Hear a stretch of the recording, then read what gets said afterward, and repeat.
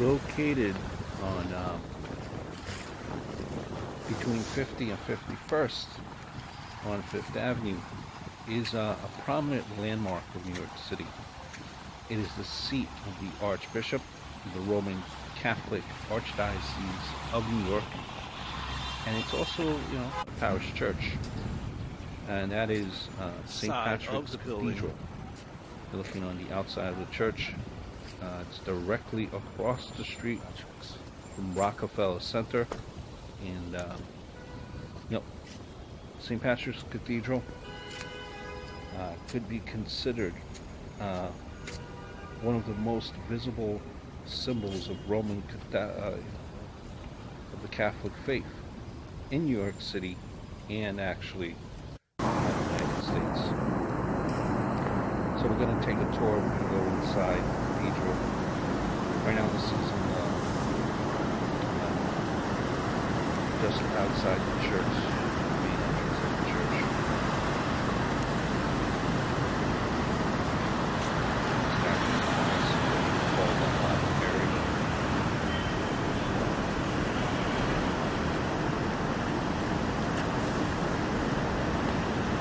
The appeal, as you can see, is an advertisement appeal. Remember, church and state is different. So all money raised, St. Patrick's Cathedral relies on donations. It does not get help from the state. Right now we're in the main altar. You're looking at the main altar of the church. Mass is actually going on at this time. So you will hear parts of the Catholic Mass. Visitors. Today was actually a frigid day, cold day, man. So you don't see as many people here. It's filled with constant visitors. One thing about the church too, whenever something tragic happens, at least in the New York area, a tragedy, they always go to St. Patrick's Cathedral, and you always see the church full and people praying. This is kind of like a cornerstone, I guess, for the Catholic faith, at least in New York, like I mentioned earlier.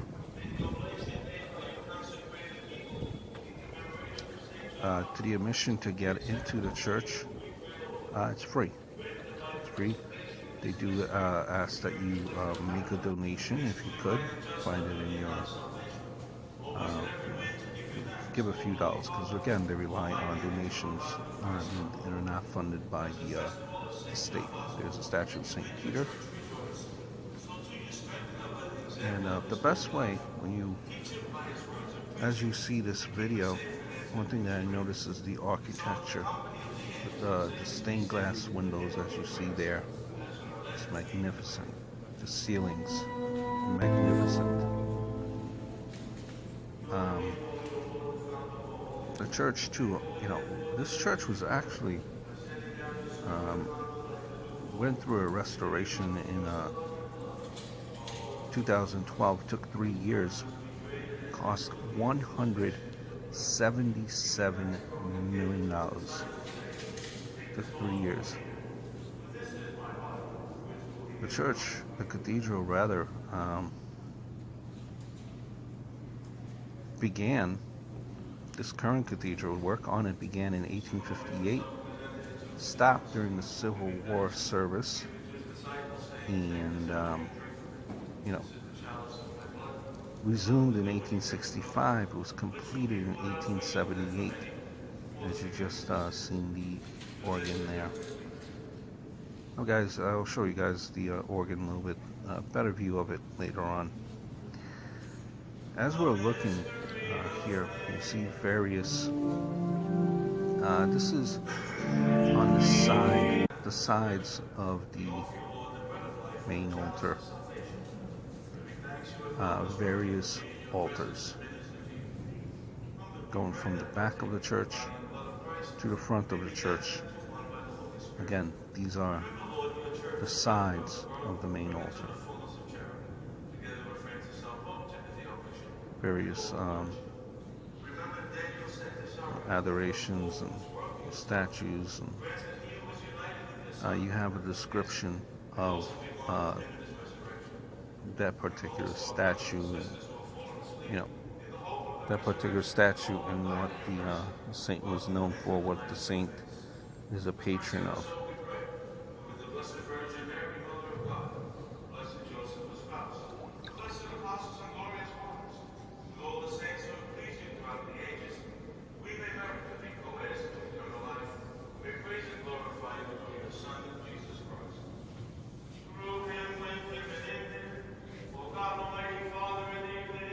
Saint Bernard.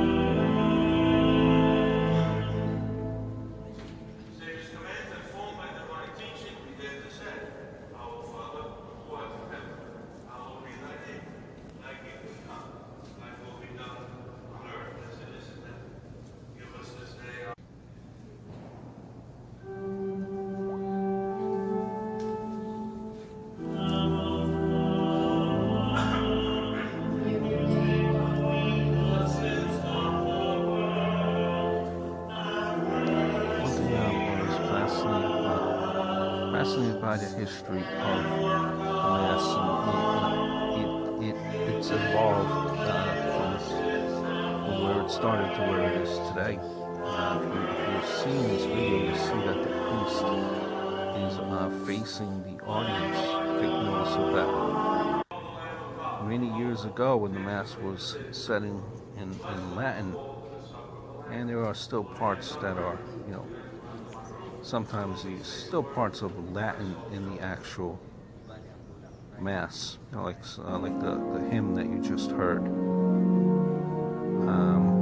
But the priests back then used to have the back to the clergy, not facing the clergy. So that has changed, that has evolved as well.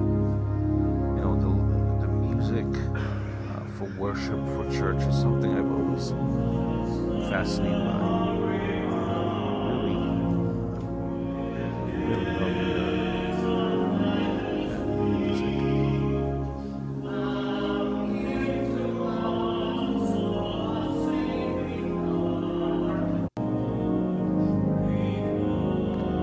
This is the Stations of the Cross, which depict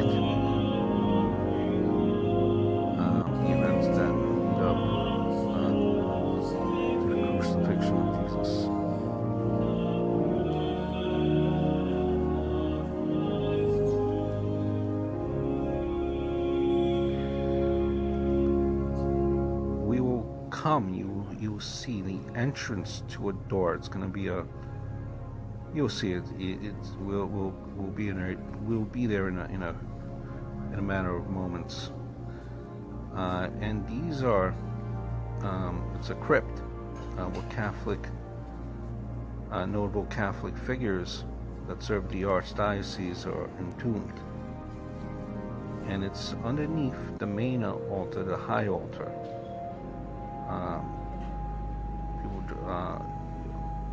that are buried there, clergy like Cardinal Farley in 1918, Cardinal Hayes in 1938, Cardinal Spellman 1967, Cardinal Cook 1983, Cardinal Egan 2015.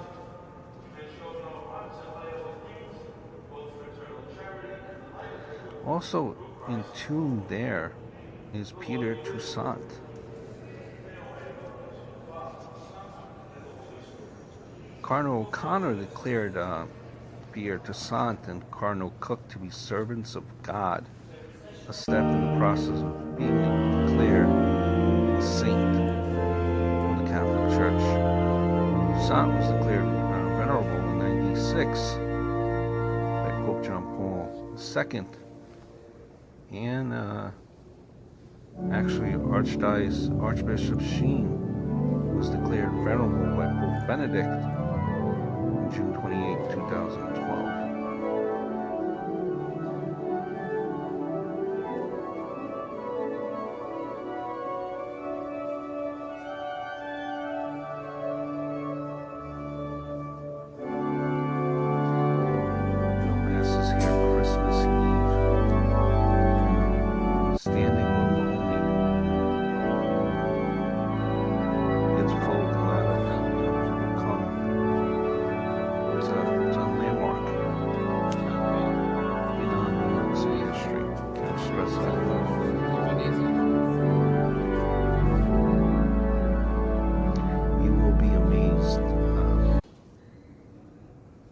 By this church and its structure and its architect.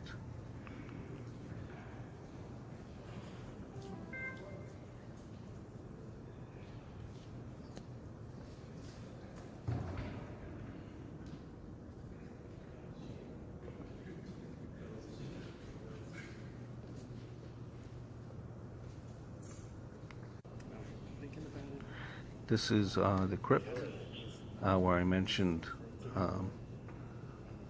clergy are buried. It's underneath the high altar. There is no access to that. There you can see the years that these clergy were entombed.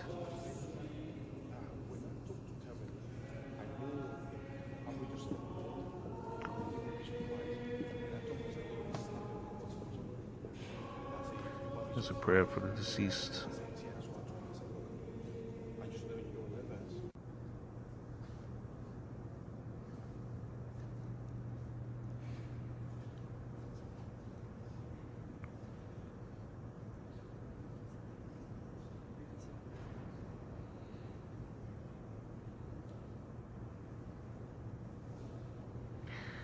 If you're looking at this church, looking on the outside, it's actually in popular culture.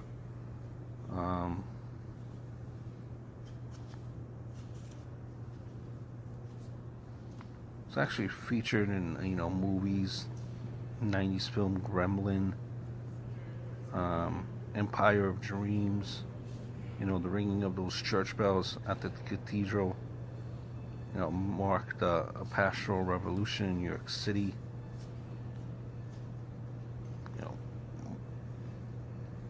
The backdrop of this church has been used often.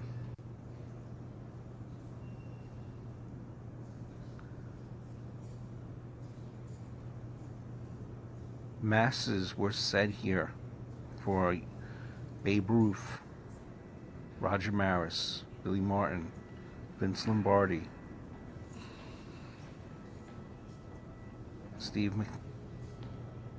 Police Officer Steve McDonald. Those were funeral masses. Memorial masses. For Andy Warhol, Joe DiMaggio, William Buckley. Statue for Elizabeth Ann Seton, as you read the description there.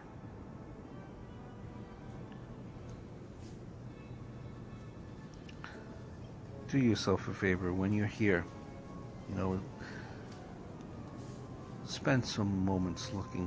Even if you're not Catholic, I think you will definitely admire the structure and the sculptures and the ceilings and the stained glass windows. This church is beautiful.